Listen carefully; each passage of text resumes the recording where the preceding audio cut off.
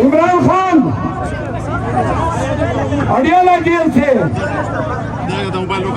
Kuwait के लोगों को ये पैगाम दे रहा है कि कुवैत के गैरती लोगों, तुम्हारे एक शहरियार अफरीदी ने खैबर पख्तूनख्वा का सर पकड़ के बुलंद किया हुआ है। आपने काफी इंतजार किया, लेकिन बड़ी रुकावटें थी। आपने देखा कि देश बदलते बदलते मोटरसाइकिल पे कन्वेंशन पे मुझे चलना पड़ा। आज बिलावल भुट्टो जरदारी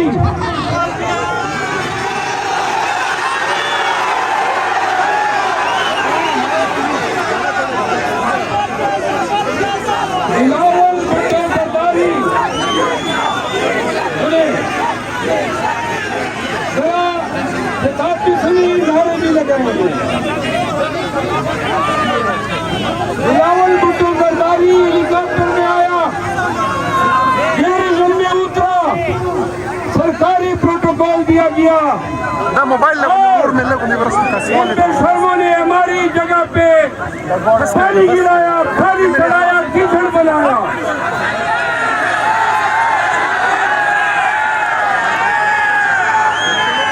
पेशावर से लेकर कुआर तक और जंग से लेकर कुआर तक, सड़क से लेकर कुआर तक, हंगू से कुआर तक और औरतगढ़ से हंगू तक सारे रास्ते बंद हैं।